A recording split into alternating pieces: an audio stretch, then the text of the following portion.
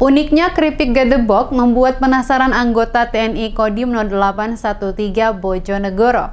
Di sela waktu luang program TNI Manunggal membangun desa reguler ke-110 Bojonegoro, anggota TNI kunjungi usaha keripik gedebok milik Wiwik Rahayu.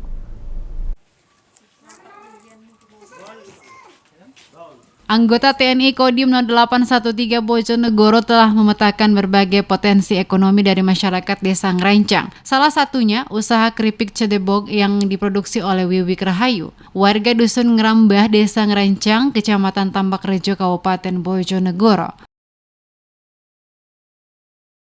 Usaha keripik gedebok Wiwik Rahayu telah berjualan selama 3 bulan. Memang masih belum lama usaha penjualannya, namun dalam satu hari, Wiwik Rahayu dapat menjual sebanyak 30 pak yang setiap paknya berisi 20 pieces. Dalam kunjungannya, anggota TNI turut belajar dan membantu Wiwik Rahayu membuat keripik gedebok. Usahanya keripik gedebok pisang, Mbak. Ini sekitar 3 bulanan. Ini dari gedebok pisang kepok ya. Kalau enggak pisang raja juga bisa. Tapi diambil yang mudanya aja. Ini baru sekitar lingkungan sini aja, pasar-pasar sini aja, belum bisa berkembang.